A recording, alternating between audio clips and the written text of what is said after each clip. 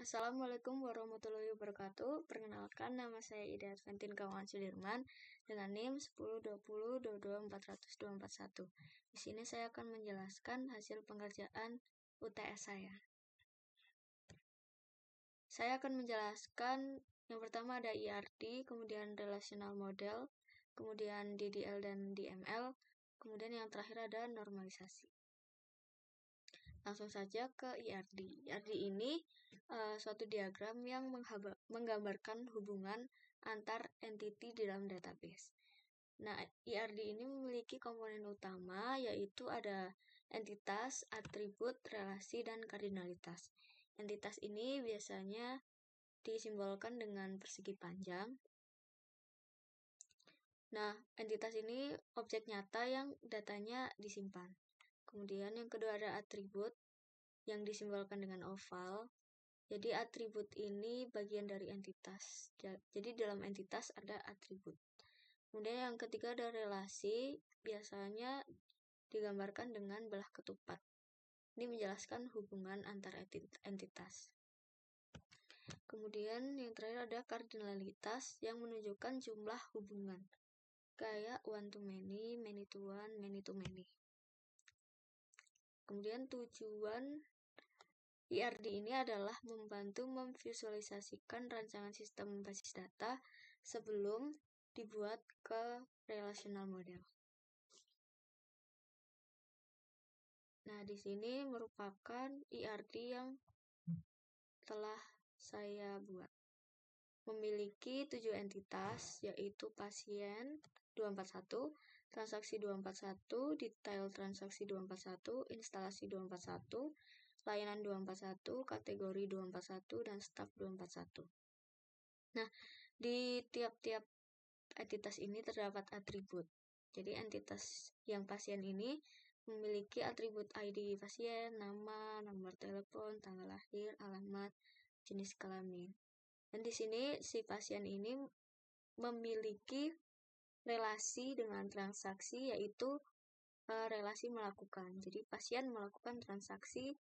Nah, di dalam transaksi ini ada atribut ID transaksi, ID pasien, tanggal transaksi, waktu transaksi. Ini memiliki kardinalitas one to many. Jadi satu pasien bisa memiliki banyak transaksi. Nah, kemudian di entitas transaksi ini memiliki hubungan dengan detail transaksi, relasinya yaitu memiliki. Jadi transaksi memiliki detail transaksi ini. Detail transaksi ini memiliki atribut yaitu ID detail transaksi, ID transaksi, ID layanan, jumlah, subtotal. Memiliki kardinalitas one to many. Dan ini kenapa digambarkan dengan putus-putus? Karena detail transaksi ini merupakan entitas lemah. Nah, kemudian transaksi juga berelasi dengan staff, yaitu relasinya dicatat. Jadi transaksi dicatat oleh staff dengan kardinalitas many to one, dan staff memiliki atribut berupa ID staff, nama, jenis kelamin, dan jabatan. Kemudian di detail transaksi ini memiliki relasi dengan layanan 241, relasinya merujuk ke dengan kardinalitas many to one. Jadi detail transaksi merujuk ke layanan. Nah, di dalam layanan memiliki atribut seperti ID layanan, ID kategori, ID instalasi, nama layanan, dan biaya layanan. Kemudian layanan ini memiliki relasi disediakan oleh instalasi 241 dengan kardinalitas many to one. Di dalam instalasi memiliki atribut ID instalasi, nama instalasi, dan lokasi instalasi. Nah, kemudian dari layanan ini memiliki relasi dengan kategori, yaitu relasinya termasuk. Jadi layanan termasuk kategori apa gitu. Dengan kardinalitas many to one. Dan di dalam kategori ini dia memiliki atribut seperti ID kategori dan nama kategori. Nah, lanjut ke poin yang kedua, yaitu relational model. Model data relasional itu suatu model basis data yang terdiri dari beberapa tabel berdimensi 2 yang disebut relasi atau tabel, dengan masing-masing relasi yang tersusun atas tabel dan atribut untuk menggambarkan sebuah basis data. Komponen utamanya sama seperti IRD, namun bentuknya yang berbeda. Jadi entitas di dalam relational model ini digambarkan dengan tabel, atribut digambarkan dengan kolom, relasi dinyatakan dalam foreign key, kemudian kardinalitas diatur dengan struktur tabel. Nah, tujuan dari relational apa sih? Jadi tujuannya mengimplementasikan database secara fisik. Jadi saya akan menjelaskan lebih lanjut perbedaan antara IRD dan relational model. Terletak di dalam tujuan. Kalau IRD mendesain struktur konseptual database, kalau relational model mengimplementasikan database secara fisik. Kemudian dari bentuknya, kalau IRD itu bentuknya diagram visual, kalau relational model itu bentuknya kumpulan tabel. Kemudian perbedaan lain terletak di dalam komponen utama seperti yang telah saya sebutkan tadi, bentuknya yang berbeda.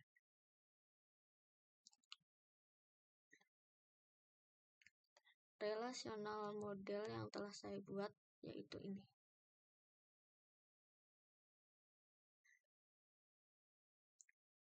Di dalam pasien itu terdapat atribut ID pasien dengan primary key, kemudian nama dengan varchar 100, kemudian tanggal lahir dengan date, jenis kelamin dengan varchar 10, alamat dengan varchar 255. Kemudian di dalam transaksi terdapat ID transaksi sebagai primary key, kemudian ID pasien, kemudian ada tanggal transaksi, kemudian waktu transaksi. Setelah itu di dalam detail transaksi terdapat ID detail transaksi sebagai primary key, kemudian ada atribut lain seperti ID transaksi, ID layanan, jumlah layanan, dan subtotal. Kemudian di dalam staff ada primary key-nya yaitu ID staff, kemudian nama dengan varchar, jenis kelamin dengan varchar, jabatan dengan varchar. Kemudian di layanan primary key-nya adalah ID layanan dan atribut lain seperti ID kategori, ID instalasi. Kemudian di instalasi ada primary key-nya yaitu ID instalasi, kemudian atribut lain nama instalasi. Dan dalam kategori terdapat primary key yaitu ID kategori dan atribut lain seperti nama kategori. Kemudian lanjut ke DDL dan DML. Jadi yang pertama ini saya akan menjelaskan DDL. DDL itu perintah SQL untuk mendefinisikan atau mengubah struktur database. Contoh dari DDL ini dengan perintah create, alter, dan drop. Namun di dalam tugas yang saya kerjakan, saya menggunakan perintah create. Tujuan DDL ini mengubah atau menghapus struktur database. Kemudian tujuan yang kedua yaitu menyusun kerangka kerja database sebelum diisi data. Nah, tadi sudah saya jelaskan DDL dan sekarang saya akan menjelaskan DML. DML ini perintah SQL untuk mengelola atau memanipulasi data di dalam tabel menggunakan contoh insert, update, delete, dan select. Tujuannya menambah, mengubah, menghapus, dan mengambil data. Kemudian tujuan yang kedua adalah mengelola isi database setelah strukturnya dibuat.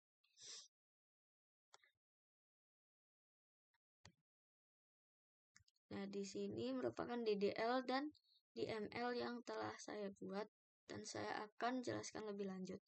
Yang pertama, saya membuat database dengan perintah create database pembayaran sehat. Ya, pembayaran sehat ini merupakan nama dari database-nya. Nah, yang pertama saya membuat tabel pasien dengan perintah DDL create table pasien. ID pasien dengan integer primary key, kemudian atribut lain seperti nama, tanggal lahir, jenis kelamin, alamat, kemudian nomor telepon. Nah, perintah berhasil dibuat. Kemudian saya akan menjelaskan DML-nya dari tabel pasien ini menggunakan perintah insert into pasien 241 values.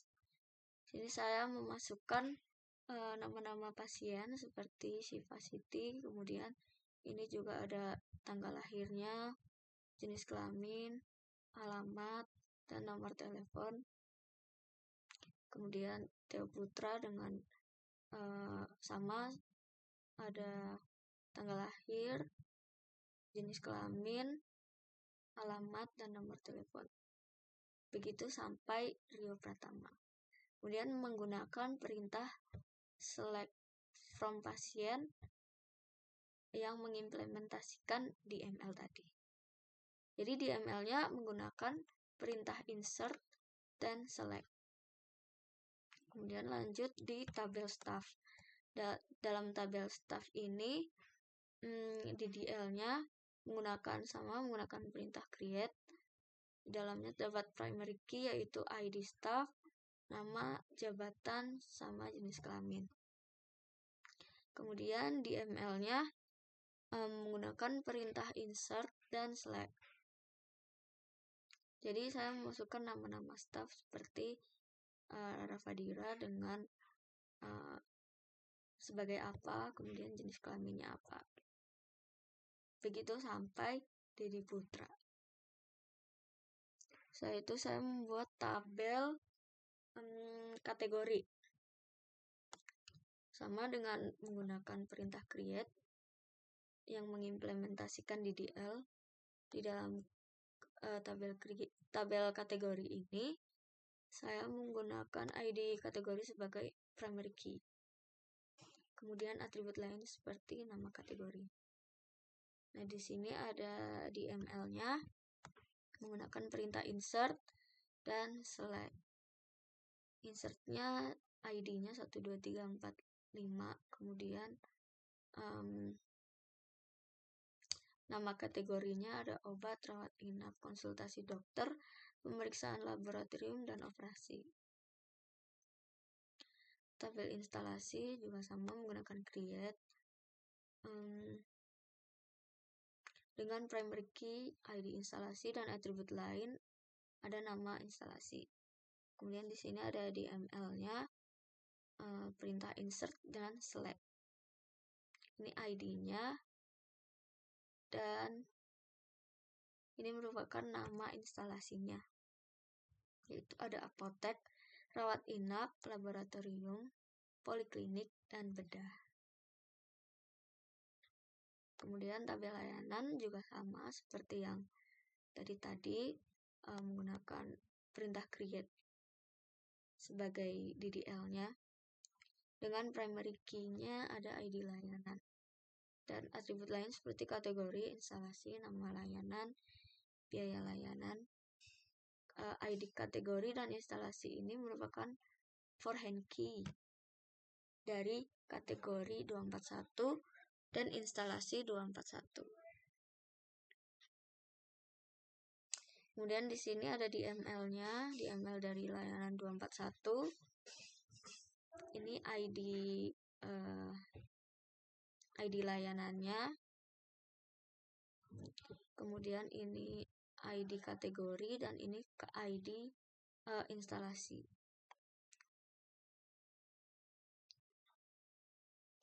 Menggunakan perintah select juga untuk implementasi dari DML. Kemudian ada tabel transaksi, sama seperti yang tadi juga, menggunakan perintah create untuk mengimplementasikan DDL, dan untuk mengimplementasikan DML menggunakan perintah insert dan select. Kemudian ada tabel detail transaksi menggunakan create sebagai DDL, dan sebagai DML-nya menggunakan insert dan select. Lanjut ke poin terakhir, yaitu normalisasi. Normalisasi ini untuk menjaga kualitas dan efisiensi data di dalam database. Nah, itu ada first normal form, second normal form, dan third normal form. Di first normal form ini terpenuhi jika sebuah tabel tidak memiliki atribut bernilai banyak, atribut composite, atau kombinasinya dalam domain yang sama. Nah, first normal form ini, setiap atribut dalam tabel itu harus bernilai atomik atau tidak dapat dibagi-bagi. Nah, di sini merupakan tabel anormalnya, dan di sini yang sudah di first normal form.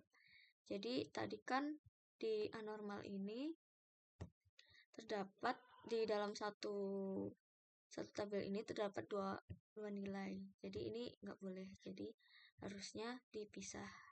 Jadi seperti ini.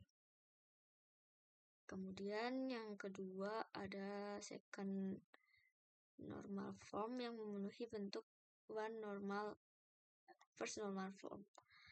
Nah, di second normal form ini tiap atribut bukan kunci harus bergantung fungsi ke atribut kunci. Jadi di sini yang bukan kunci merupakan nama pasien dan kuncinya ID pasien. Jadi kayak dipisah-pisah gitu tabelnya. Jadi yang bukan fungsi harus bergantung ke fungsi. Nah, ini yang bukan fungsi ada ID pasien, waktu transaksi harus bergantung ke fungsinya, yaitu ID transaksi. Tabel layanan juga sama seperti itu. Dan tabel detail transaksi juga sama. Ini kuncinya, dan ID layanan jumlah total ini merupakan bukan fungsi. Kemudian ada third normal form. Ini memenuhi bentuk second normal form. Atribut bukan kunci tidak memiliki ketergantungan transif terhadap kunci utama. Nah, jadi di sini yang third normal form ini yang diubah ada di tabel detail transaksi, karena tabel total yang tadinya kan ada tabel total. Nah, tabel total ini dihilangkan karena tabel total itu masih bergantung pada atribut lain, yaitu jumlah dan biaya. Sekian dari saya. Bila ada kata-kata yang kurang, mohon dimaafkan. Terima kasih.